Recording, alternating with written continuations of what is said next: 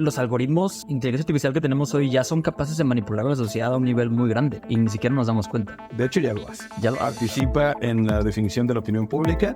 Muy seguramente la conversación más importante de la historia de la humanidad. No tenerla nos va a volver víctimas de los cambios. Tenemos que adquirir esa responsabilidad. Es inminente la transformación y es inminente también que nos va a doler. Porque nos va a significar esforzarnos para aprender cosas nuevas. No queremos que nada nos duela. No, ¿Qué pasaría si supiéramos que nos va a doler? Esa va a ser una constante y creo que lo mejor va a ser sentirnos lo más cómodos posibles, aprender que no hay de otra. La herramienta ya está ahí y tienes que aprender a utilizarla. La curiosidad tiene un nuevo gran aliado, un nuevo gran amigo, que es la inteligencia artificial. Y es un motor perfecto para hacer las siguientes preguntas mucho más profundas, mucho más interesantes. Y la tecnología nos va a ayudar a resolver. Se esperan muchos más cambios en los próximos 100 años que en los 20,000 anteriores. Estás hablando desde el inicio de la agricultura al inicio de la revolución industrial. ¿Qué nos espera entonces en 100 años? Estamos hablando de que cada año va a haber lo de varias generaciones. A mí me parece que proyectarlo a 100 años es incluso arriesgado. O sea, nadie sabe realmente lo que va a pasar. No sé si 100 años va a haber el concepto de humanidad como tenemos hoy. Uh-huh. Probablemente estemos hablando de una especie nueva que haya evolucionado a partir de lo que hoy estamos empezando a conocer y a conectar. Entonces, es complicado. Yo creo que los próximos 20 años van a ser muy emocionantes, vertiginosos. Obviamente nos va a obligar a cambiar cosas. No me atrevería a proyectarlo a 100 porque justo como casi todas las proyecciones fallan. Están equivocadas, ¿no? Y particularmente esta, con la velocidad con la cual ha estado desenvolviéndose y el mundo ha cambiado en los últimos 15, 12 años, 100 años es demasiado. Hay otra que dice que en los próximos 30 o 20 lo de los 100 anteriores. Ahora, sí. No sabemos, en realidad, nadie sabe cuánto tiempo y cómo va a ser el futuro, pero lo que sí es un hecho es que va a ser radicalmente distinto como es hoy. Ahora, ¿cuáles serían los cambios más interesantes o más contundentes que vamos a ver? Orientados a la economía, el trabajo, la manera en la cual nos divertimos, nos relacionamos, el rol de la tecnología en nuestra vida diaria. En la vida diaria de todos. Con respecto a lo que hace por nosotros, lo que dependemos de ella. En los próximos 10 años vamos a estar hablando de, a lo mejor, tener relación personal con algún dispositivo más allá de lo que hoy nos apoya, o una mascota cibernética. Digo, suena como ciencia ficción, pero de pronto no estamos tan lejos. Ese es el punto, que esto se va a poner algo loco en el sentido de que para la mayoría de nosotros es inimaginable lo que va a suceder en los próximos años. Y la pregunta es si estamos listos para una realidad bastante distinta a la que tenemos hoy. Justo ese es probablemente el punto de partida más importante de esto, porque si bien está pasando y está sucediendo y cada vez es más notable este cambio, la conversación está todavía en unos cuantos y no ha llegado a ser parte de, digamos, la masa crítica de personas que deberían estar hoy enterándose, participando y estar involucrándose en el tema. Entonces creo que hay una gran oportunidad de poder abrir la conversación, aterrizarla en los términos más ordinarios posibles y volvernos curiosos todos como una especie que está empezando a involucrarse en temas que corresponde involucrarse. Que nos corresponde, exacto, porque muchas veces nos quedamos con la idea de que les toca a las personas, a los científicos, a los desarrolladores de la tecnología en tomar las decisiones, a los gobiernos en tomar las regulaciones, pero estas olas de cambio que vienen sí o sí, o sea, eso es un hecho, vienen sí o sí, nos involucra a todos. Y las decisiones y la participación que tengamos en esta conversación tiene todo que ver con cómo se va a moldear el futuro en 2 años, en 5, en 10 años. Totalmente.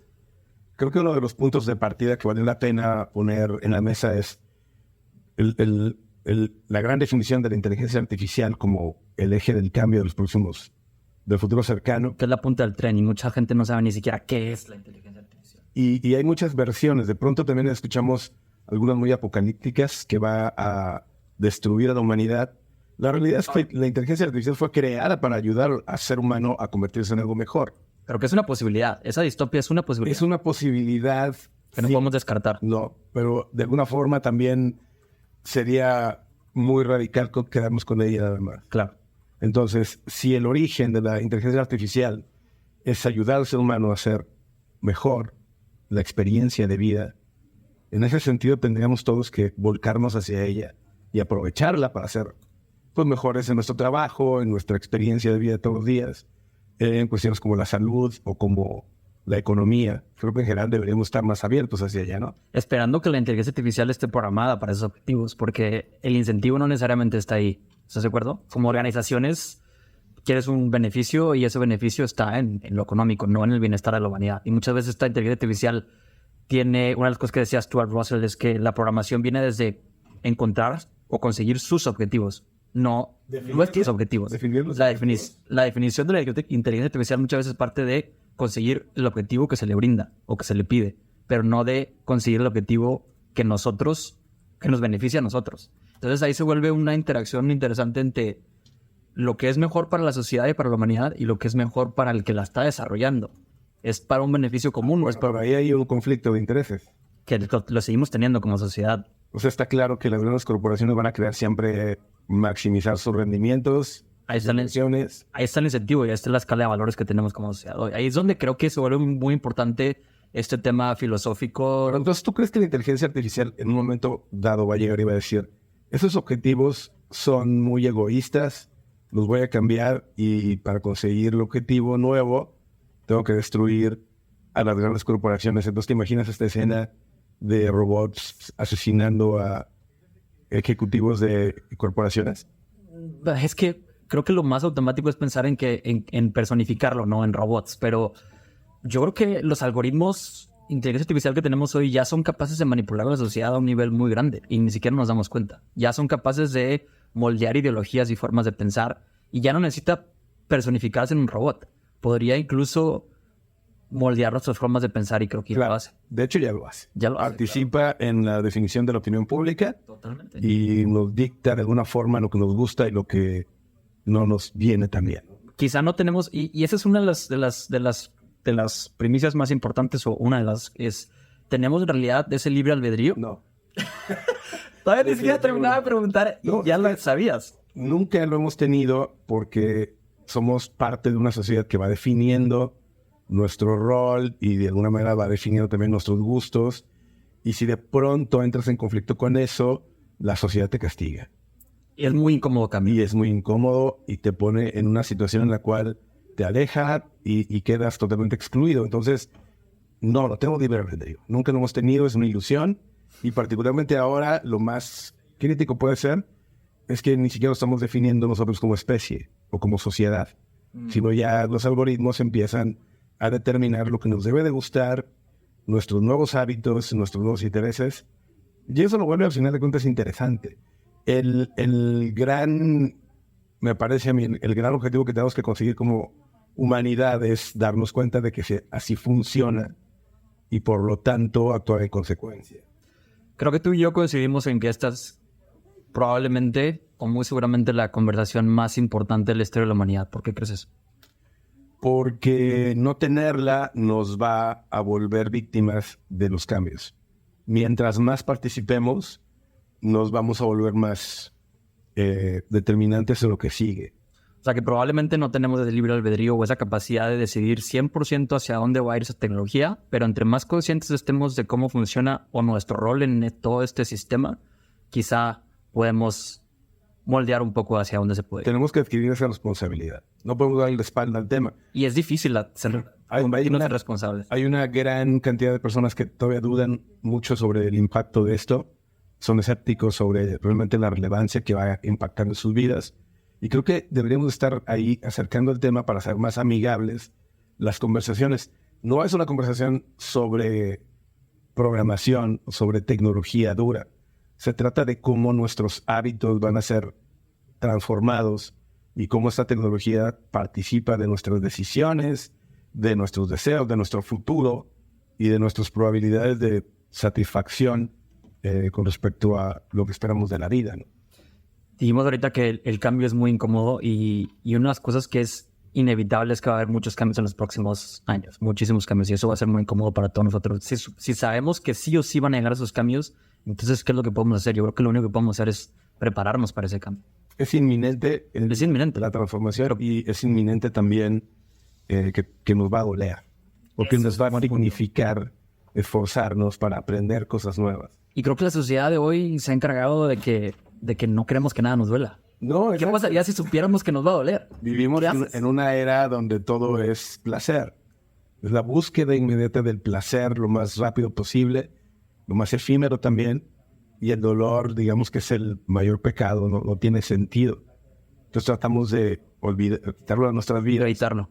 Y esto nos va a volver la víctima perfecta. Somos el dinosaurio que está viendo el meteorito acercarse y lo observa con incredulidad, con indiferencia. Viene el meteorito sí o sí. ¿Qué podemos hacer? Pues deberíamos estar buscando entenderlo primero y contagiarlo a los demás para aprender de él y poder tomar decisiones hacia el futuro. A mí me gusta verlo como olas y creo que es como un tsunami. Y son varios tsunamis uno tras otro porque es interesante ampliar esto además de que la inteligencia artificial es la punta del tren en muchos aspectos, está convergiendo con otro tipo de tecnologías como viene también la computación cuántica y como viene blockchain o esta tecnología de cadenas. Y así hay varias. Entonces, en el momento que todas estas convergen, se vuelve una explosión de muchas olas que vienen una tras otra que ya no podemos evitar que lleguen. Entonces, podemos tratar de empezar a surfearlas, quizá. Deberíamos de entrar con curiosidad, con disposición a aprender, partiendo del hecho de que no hay expertos hoy, menos que nunca. Los expertos no existen en estos temas porque no hay capacidad humana de entenderlo todo. Por lo tanto, partamos del tema de que estamos en un cuarto oscuro y alguien trae una cajetilla de cerillos para ir encendiendo uno por uno y todos tenemos la misma curiosidad para ver hacia dónde podemos avanzar. Totalmente. Y varios de los principales, de los iniciadores de la inteligencia artificial, de hecho, han invitado a la gente a empezar estas conversaciones porque ellos pueden ser expertos en inteligencia artificial y hay otros que son expertos en filosofía, otros que son expertos en gobierno, pero cada uno en su área específica es demasiado ciego para todo lo demás. Entonces deberíamos entrar en este tipo de diálogos para poder encontrar los mejores caminos hacia adelante. Si tú partieras de una proyección de escenarios futuros en 10 años, si no tuviéramos esta conversación abierta con la mayor cantidad de gente posible, ¿cómo te imaginas que va a ser el futuro cercano? En 10 años de lo que pasa aquí afuera en la calle. Si no tuviéramos ese tipo de conversaciones. O sea, lo primero que se me viene a la mente es como si de repente llegaran los aliens y nadie se imaginaba o se esperaba que eso pudiera suceder. Entras en pánico, la gente empieza a correr, hay criminalidad, empiezan a pasar cosas ¿Tú crees que nadie quiere? Parecido al tema de la pandemia cuando empezó? Sí, y no me gusta pensarlo porque creo que actuamos de una pésima manera ante la pandemia como sociedad y creo que lo repetiríamos. Lo repetiríamos. ¿Cuántas cosas se volverían a ver igual? Serían muchísimas. Gente que no aprendió a ser solidaria, por ejemplo, que no aprendimos a cuidar y a respetar las nuevas reglas, las nuevas condiciones de la experiencia humana. A mí me parece que esta conversación se tiene que abrir porque de lo contrario vamos a estar ausentes y nuestra posición geográfica, económica, nuestro rol debe ser protagónico. Y eso se va a lograr únicamente cuando escuchemos, tengamos la capacidad de tener una opinión a partir de toda esta información que hay afuera, de tener un criterio sobre esto. Una de las cosas que me sorprenden, por ejemplo, con el tema del trabajo, es que hay muchas personas que tienen la postura de que la inteligencia artificial nos va a quitar el trabajo a todos, independientemente del rol que tengamos. Y por otro lado hay gente muy escéptica que dice que eso nunca va a suceder. La realidad de las cosas es que la inteligencia artificial no te va a quitar el trabajo, pero sí te lo va a quitar alguien que trabaje utilizando las herramientas de la inteligencia artificial. Vas a volverte obsoleta y obsoleto si no aprendes a interactuar con estas herramientas que facilitan muchísimo y eficientizan muchísimo el rol del talento humano. Y se vuelve muy incómodo para muchas personas tratar de migrar a una posibilidad en la que usas una inteligencia artificial para hacer lo que tú ya sabes hacer. Y esta transición quizá a nivel emocional, psicológico, no es tan fácil para muchos. Ahora, pasaba hace 100 años con el automóvil. La gente que tenía carretas decía, yo no quiero subirme a ese no carro. voy a comprar nunca un coche. Pasó obviamente con la computadora. Cuando llegó a las oficinas y le dijeron a la gente, tienes que aprender a usar esto, olvídalo, no lo voy a hacer. Ahora, ¿qué pasa cuando ese tipo de cambios sucedían una vez en una generación o en 2 generaciones? Y esto, ¿qué pasa si esto va a pasar cada 5 años? ¿Qué debo de aprender? ¿Qué debo de estudiar? ¿Qué debo de...? O menos. O menos. Cada año. Ya no es nada más sé usar la computadora, sé navegar en internet, sé pedirle algo al ChatGPT. Es mucho más allá que eso. Es una condición en la cual estas herramientas ya no son emergentes, sino son cotidianas y deben de ser parte del kit de habilidades que tenemos para desarrollar el trabajo que sea que hagamos mejor. El cambio nos duele normalmente y vamos a tener que estar cambiando constantemente. Esa va a ser la única constante y creo que lo mejor va a ser sentirnos lo más cómodos posibles. En ese sentido, aprender que no hay de otra. Acostumbrarnos a estar incómodos en ese cambio constante, en esa Y además no es tan incómodo. O sea, creo que es bastante emocionante, ¿no? Yo creo que parte mucho del propósito y el enfoque de cada quien. Creo que puede ser muy emocionante si le das un sentido, digamos, a ese tipo de cambios. Cuando no le encuentras un sentido a un cambio que está sucediendo, es doloroso. Incluso nos puede llevar a un estrés y a una depresión que mucha gente padece de este tipo de problemas en el mundo y se vuelve casi primera causa de muerte. Hay una ansiedad general por el futuro tecnológico. Totalmente. Porque no sabemos exactamente si es amigable o si es una cosa que nos va a poner en una amenaza, ¿no? Y no lo vamos a descubrir en esta conversación, pero creo que al estar bueno, eso creo yo, pero al estar dialogándolo podemos abrir el panorama en todas las posibilidades que existen y al platicarlo nos familiarizamos con esas posibilidades y ya no da tanto miedo. Ya es, ok, estamos aquí, podemos ir hacia allá, ¿qué vamos a hacer al respecto? Y empezamos a construir juntos. Un ejemplo que me parece como muy revelador es justo el tema de estos motores como el ChatGPT, que te genera pues cosas que parecen ser creativas a partir de una petición tuya, que esté prohibiéndose en universidades. En universidades que supongo que son territorios de investigación, de exploración, de aprendizaje. Y de pronto dicen, no usan estas herramientas, está prohibido. Y es el primer lugar donde deberíamos de empezar a aprender. ¿Por qué crees que toman ese tipo de decisiones? Porque los maestros y en general la academia está totalmente desfasada de lo que está sucediendo con esto y lo ven como una amenaza para su trabajo. Alguna vez escuché alguna anécdota de una persona diciendo de su profesor, un doctor de doctorado, y que descubrieron juntos que un avance científico derrumbaba prácticamente toda la literatura de no sé qué área de la biología. Ajá. Y el profesor le dice, es que no puedo sacar esto a la luz porque representaría, 1, tumbar todo lo que yo he dicho, y 2, quemar todos los libros de biología que ha habido hasta ahorita. Entonces, definitivamente no lo va a hacer, vendrá otra generación y ellos lo harán.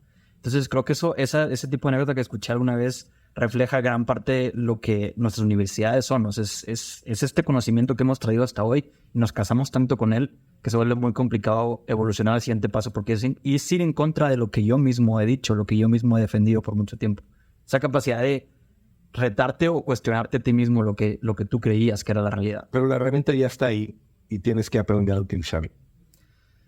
La curiosidad tiene un nuevo gran aliado, un nuevo gran amigo, que es la inteligencia artificial. Y es un motor perfecto para hacer las siguientes preguntas, la siguiente generación de preguntas mucho más profundas, mucho más interesantes. Y la tecnología nos va a ayudar a resolver. ¿Por qué crees que es importante para todos nosotros lo que hagamos, cada uno de nosotros, cada una de las personas que nos escucha, este tipo de conversación, pero además lo que vaya a ser en los próximos días o años sea tan importante para el desarrollo de estas tecnologías o para el futuro cercano? Porque lo va a transformar todo de una manera en la cual ni siquiera somos capaces de imaginar. Y en ese sentido, mientras más temprano entres, más pronto vas a llegar a una conclusión. Más pronto. La inteligencia no es otra cosa más que la predicción del futuro. Uh-huh. Y la predicción del futuro se hace en función de las experiencias que tienes. Tú puedes determinar qué es lo que va a suceder mañana en una situación como una junta, o un proyecto a partir de las cosas que ya sabes que has hecho. Esa acumulación de conocimiento te permite anticipar lo que va a suceder con éxito y esto de alguna forma te vuelve una persona más inteligente. O sea, que la persona que nos esté escuchando o que se abra a este tipo de conversaciones, de investigar un poquito más del tema, va a tener un panorama quizá de oportunidades más amplio que una persona que no lo hace. Si nunca lo has hecho, no vas a ser nunca inteligente.